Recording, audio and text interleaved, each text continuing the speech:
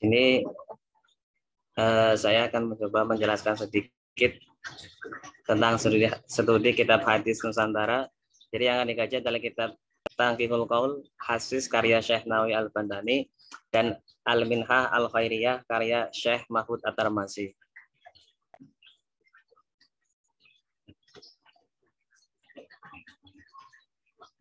Jadi latar belakang masalah, hadis adalah salah satu sumber hukum yang menempati posisi sentral dalam agama Islam. Sehingga tidak heran jika kajian hadis mendapat perhatian yang besar di kalangan para ulama. Di Nusantara, kajian hadis baru dimulai pada abad ke-17 Masehi, ditandai dengan munculnya sebuah kitab yang ditulis oleh Nuruddin Ar-Raniri dengan judul Hidayah Al-Habib fi Taqrib wa Targhib. Pada awal abad 20 Masehi, sudah banyak ulama Indonesia yang berjasa di bidang hadis. Di antaranya yang terkenal adalah Syekh Ahmad Khatib Al-Minangkabawi, Kiai Mahfud Tarmas, Kiai Hashim Asy'ari, Syekh Yasin Al-Fadani, dan sebagainya. Banyak terlahir para ilmuwan dalam berbagai bidang yang juga meninggalkan karya-karya yang bermanfaat untuk masa-masa berikutnya. Sehingga hasil karya tersebut dapat dijadikan bahan kajian ilmu dan sumber pengetahuan bagi generasi setelahnya. Salah satu ilmuwan asal Indonesia yang terkenal keilmuannya dalam bidang keagamaan adalah Syekh Nawawi Al-Bandani dan Mahfud Tarmas. Jadi pembahasan pertama yaitu nanti biografi Syekh Mahfud At-Tarmasi, guru-guru dan murid-murid beliau, dan mengenal kitab hadis Al-Minhah Al-Khairiyah. Ini langsung saja masuk ke pembahasan pertama.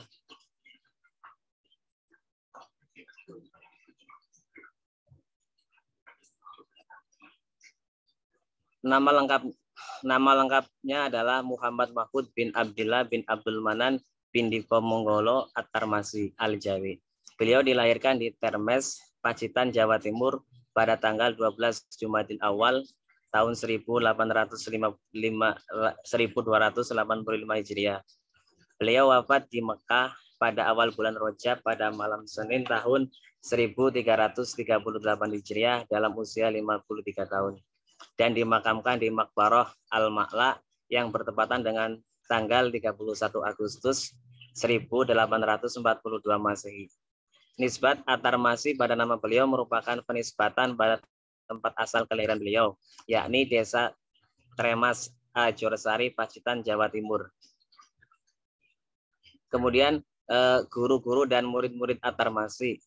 Di antara guru-guru beliau saat menuntut ilmu baik di Nusantara maupun di Haromain adalah Kiai Abdullah, ayah beliau, Kiai Saleh Darat, Muhammad Asy'arbini Ad-Dimyati, Abu Bakar bin Muhammad Zain Al-Ansota Al-Maki, Muhammad Al-Munsawi yang dikenal sebagai Mukri, Umar bin Barokat As-Sami Al-Biqail Al-Azhari Al-Maki As-Safi'i, Mustafa bin Muhammad bin Sulaiman Al-Afif, Al-Habib Husain bin Muhammad bin Husain Al-Habsi Asy-Syafi'i, kemudian Muhammad Said Babasil Al-Hadromi Asy-Syafi'i Al-Malik Al-Maki, kemudian Said Ahmad Zawi Al-Maki, Muhammad As-Sarbini Ad-Dimyati, kemudian Muhammad Amin bin Ahmad Ridwan Al-Madani, dan lain-lainnya. Dalam tradisi ulama klasik, hubungan murid dengan guru tidak hanya sekadar hubungan transformasi keilmuan semata, akan tetapi juga sebagai bukti ketersambungan dalam silsilah keilmuan yang biasa disebut dengan sanad. Dalam hal ini, ketersambungan silsilah sanad yang dimiliki At-Tarmasi tercatat dalam kitabnya Kifayatul Mustafid. Dalam tulisannya ini, beliau menyebutkan bahwa ia banyak menerima ilmu dari Abu Bakar Sata. Beliau juga memiliki banyak murid yang handal dan alim, bukan saja dari kalangan pelajar Nusantara, bahkan dari seluruh benua, termasuk dari kalangan Arab sendiri pada masa itu. Di antara murid-murid beliau yang berasal dari luar Nusantara adalah Sa'ad Allah Al-Maimani, seorang mufti dari Bombay, India, Umar bin Hamdan, seorang ahli hadis dari Haromain, As-Sihab Ahmad bin Abdullah, seorang mukri dari Syria. Adapun di antara murid-murid beliau asal Nusantara adalah Kiai Hashim Asy'ari, Kiai Wahab Hasbullah dari Jombang, Muhammad Bakir bin Nur dari Yogyakarta, Kiai Asnawi dari Kudus, Muammar bin Kiai Baidawi dari Lasem, Ali bin Mahmud bin Muhammad, Arsyad bin Abdullah Al-Banjari, Kiai Muhammad Dimyati At-Tarmasi yang merupakan adik kandung beliau, Umar bin Abu Bakar bin Abdullah bin Umar bin Ali bin Muhammad Al-Bajin Al-Hadrami Al-Maki, Muhammad Habib bin Abdullah bin Ahmad As-Sankiti, dan lain sebagainya. Kemudian yang selanjutnya adalah mengenal kitab hadis Al-Minha Al-Khairiyah. Al-Minha Al-Khairiyah, kitab ini dikenal dengan nama Arba'in At-Tarmasi. Kitab ini memuat 40 hadis Nabi Muhammad SAW. Kitab ini dimulai dikenal dalam dunia akademik pada tahun 2000-an, yakni setelah kajian Islam Melayu Nusantara dikumandangkan. Selain itu juga dikarenakan ada keberadaannya yang masih sulit ditemukan dan belum mendapat perhatian khusus, kecuali dari keluarga Teremas, dan setelah itu dari Kementerian Agama Republik Indonesia. Kemudian tidak ada informasi jelas dari sumber sejarah Nusantara tentang alasan penulisan karya ini. Setidaknya pernyataan Kiai Maimun Zubair, Kiai karismatik di Serang, Rembang, membantu untuk mengetahui alasan mengapa At-Tarmasi menulis kitab ini. Jadi, man hafadhu ala ummati arba'ina hadisan min amri diniha kilalaha dahola min ayyi abwabil jannah syi'ta. Jadi, At-Tarmasi berpegang kepada perkataan ulama sebelumnya yang menyatakan bahwa barang siapa yang mengumpulkan 40 hadis berkenaan dengan agama, furu, jihad, adab, dan kutub, semuanya merupakan perbuatan baik.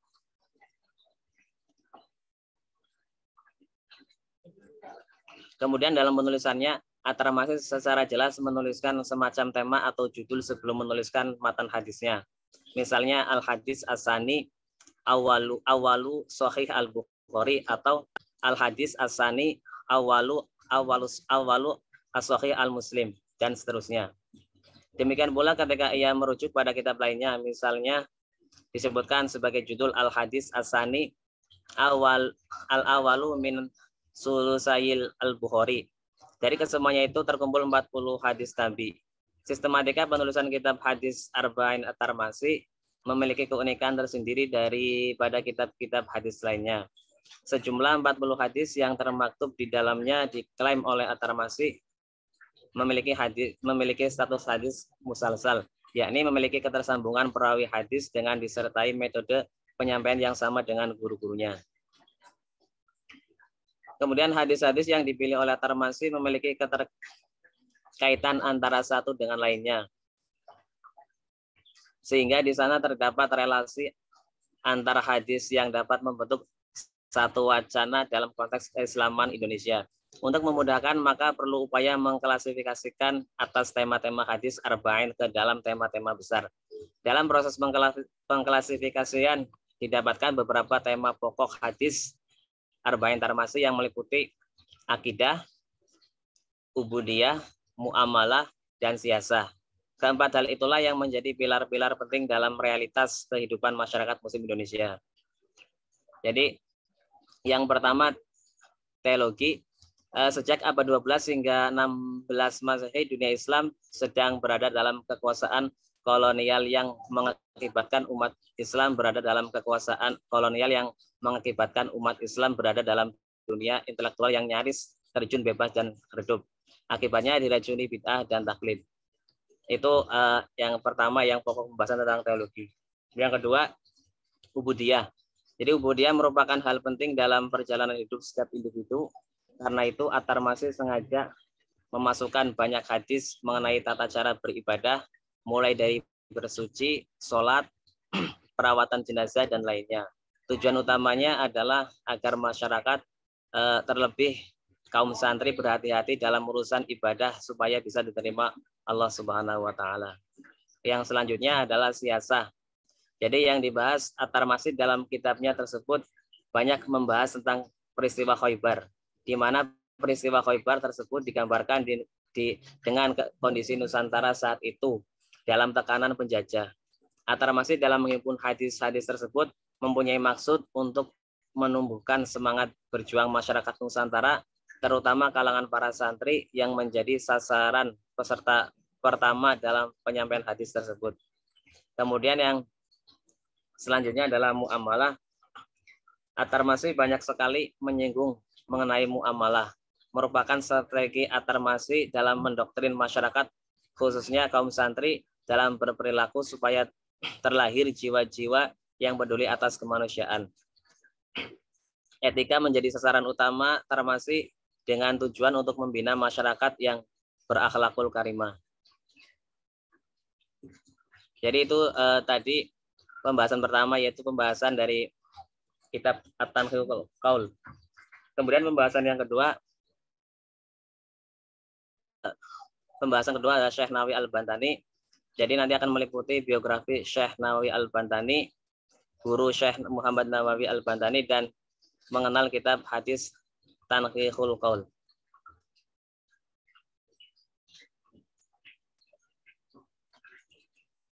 Nama asli Syekh Nawawi Al-Jawi adalah Abu Mu'ti Muhammad bin Umar bin Arabi bin Nawawi Al-Jawi Al-Bantani At-Tanari. Beliau dilahirkan di Tanara, Serang, Banten pada tahun 1230 Hijriah. Dikatakan Al-Jawi di akhir nama beliau karena para ulama di Mekah menyebut sebutan Al-Jawi untuk orang-orang yang berasal dari Asia Tenggara, terutama orang-orang Indonesia atau Nusantara. Namun dari masyarakat Indonesia sendiri mengatakan dengan sebutan Al-Bantani karena beliau berasal dari daerah Banten. Beliau merupakan keturunan Sunan Gunung Jati dari garis keturunan ayahnya.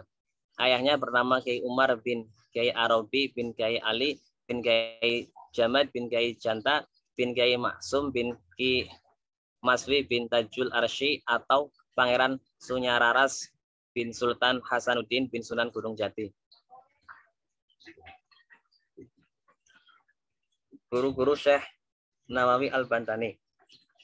Di antara sekian banyak guru-guru beliau yang menyumbang pengaruh besar terhadap keberhasilan beliau antara lain Kiai Umar bin Kiai Arabi yang merupakan ayahanda Imam Nawawi Al-Jawi. Yang kedua, Haji Sahal.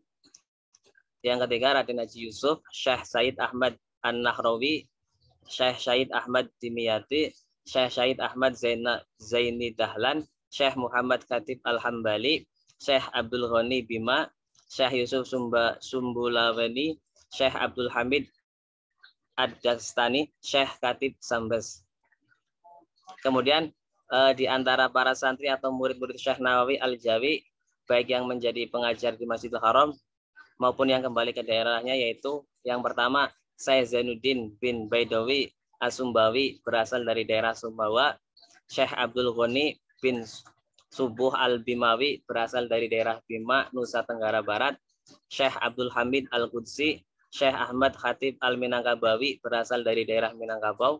Yang selanjutnya Syekh Abdul Karim Al-Bantani berasal dari daerah Banten, Syekh Mahfud At-Turmusi berasal dari daerah Termas, Jawa Timur, Syekh Asy'ari Al-Bawaini berasal dari daerah Bawean, Jawa Timur, Syekh Abdul Karim As-Sumbasi berasal dari daerah Sumbas, Kalimantan, Syekh Jum'an bin Ma'mun At-Tanggerani berasal dari daerah Tangerang, Jawa Barat, Said Ali bin Ali Al-Habsyi, Kiai Hashim Asy'ari dari daerah Jombang, Jawa Timur, Kiai Ahmad Dahlan, Syekh Abdul Sattar Ad-Dahlawi, kemudian Syekh Abdul Sattar bin Abdul Wahab As-Sadiqi Al-Maki, Kiai Wasid Al-Bantani, Kiai Arsyad Tawil Al-Bantani, Kiai Soleh Darat dari daerah Semarang, Syekhona Khalil dari daerah Bangkalan, Madura, Jawa Timur, Kiai Umar bin Harun dari daerah Rembang, Jawa Timur.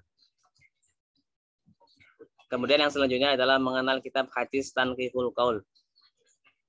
Kata tanqih merupakan kalimat isim masdar dari fi'il madhi naqaha yunaqihu tanqihan yang memiliki beberapa arti, yaitu pembetulan, perbaikan, mengkritik, dan memberi ulasan. Untuk kata al-qaul sendiri juga merupakan kalimat isim masdar yang berasal dari fi'il madhi qala yaqulu qaulan yang memiliki arti perkataan, lafaz atau omongan. Sedangkan al-kata al-khasis adalah kalimat isim masdar dari kalimat hasa yang memiliki arti anjuran atau dorongan. Kitab ini merupakan kitab hadis yang terdiri dari 40 pasal yang mana menjadi penjelas dari kitab Lubabul Hadis karya Syekh Jalaluddin bin Al-Alama Abu Bakar As-Suyuti.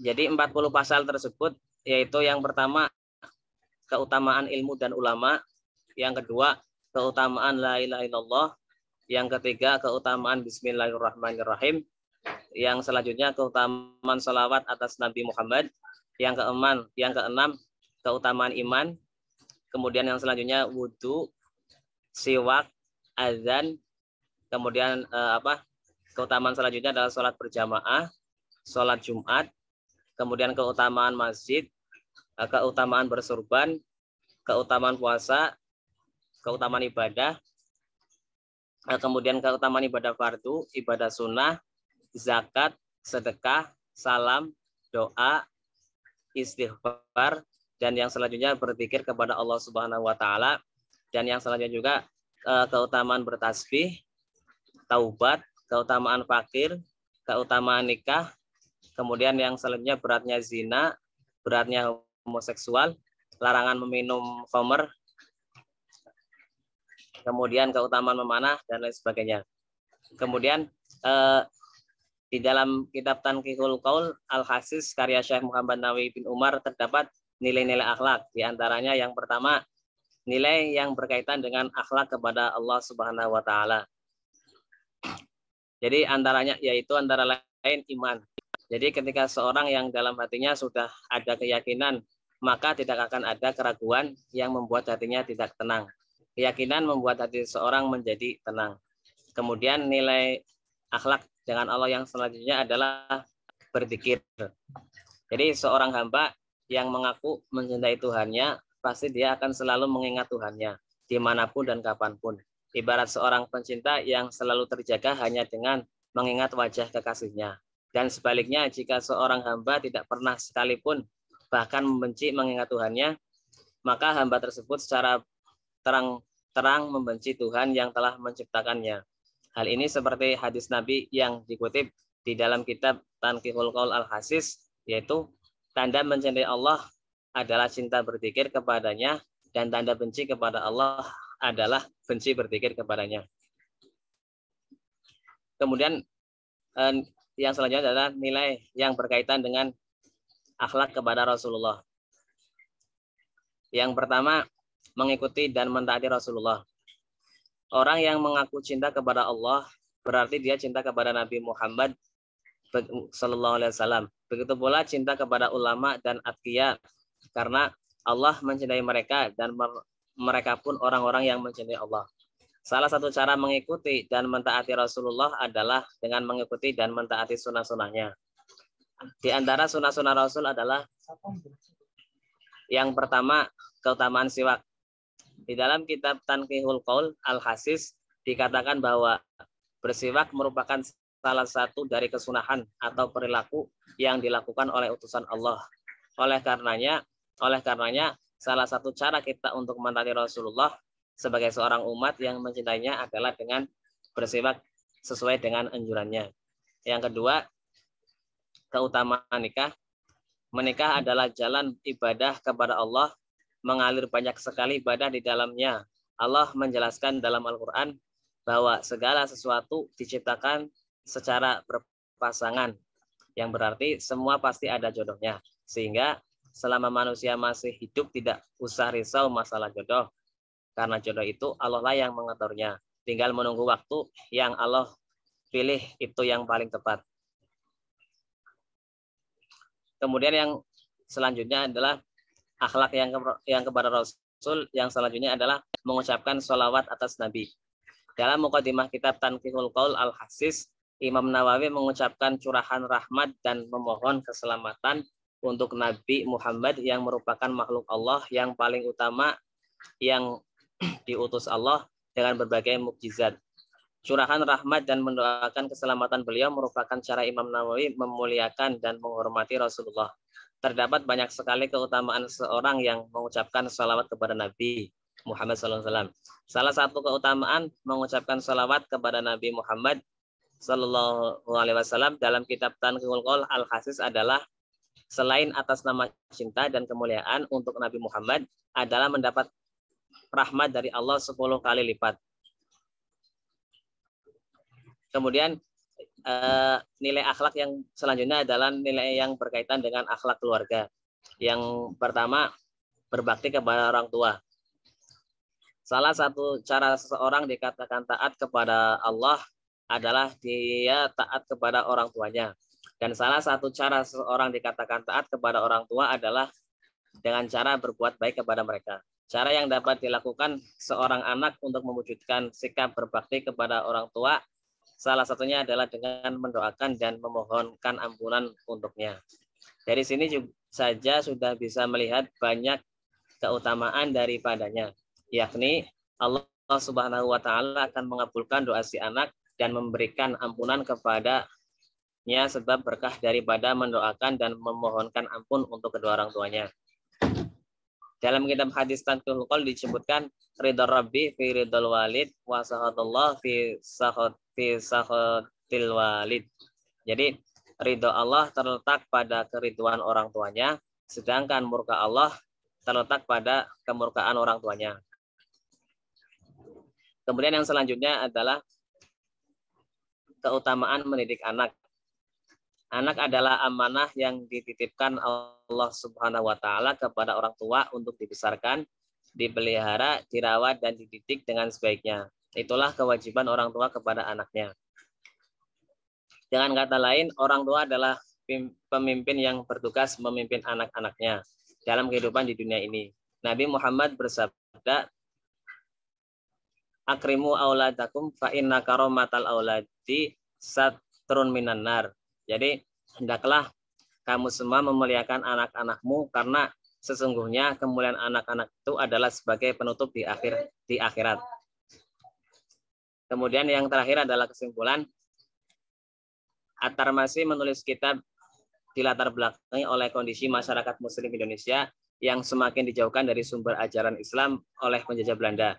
Pemerintah Belanda hanya memperbolehkan fikih dan tasawuf sebagai kurikulum dalam pesantren. Karena itu At-Tirmidzi berusaha untuk mengenalkan hadis bagi masyarakat Muslim Indonesia dengan memasukkan hadis sebagai kurikulum pesantren. Dalam kitab Tanqihul Qaul Al-Hasis karya Syekh Muhammad Nawawi bin Umar Al-Jawi terdapat beberapa nilai-nilai akhlak, antara lain akhlak kepada Allah, meliputi iman, berzikir kepada Allah, kemudian taubat, akhlak pribadi, meliputi tawadu, menyedikitkan makan, minum, menyedikitkan tertawa, dan sabar tertimpa bencana. Kemudian akhlak kepada Rasulullah meliputi mentaati dan mengikuti Rasulullah, bersiwak, sholat berjamaah, bersurban, kemudian larangan minum khamr dan larangan meratapi mayat, serta bersalawat atas Nabi Muhammad. Akhlak kepada keluarga meliputi berbakti kepada orang tua dan mendidik anak. Akhlak kepada tetangga menjenguk orang sakit, sedekah, dan mengucapkan salam. Demikian yang dapat saya paparkan, kurang lebihnya mohon maaf. Wassalamualaikum warahmatullahi wabarakatuh. Waalaikumsalam.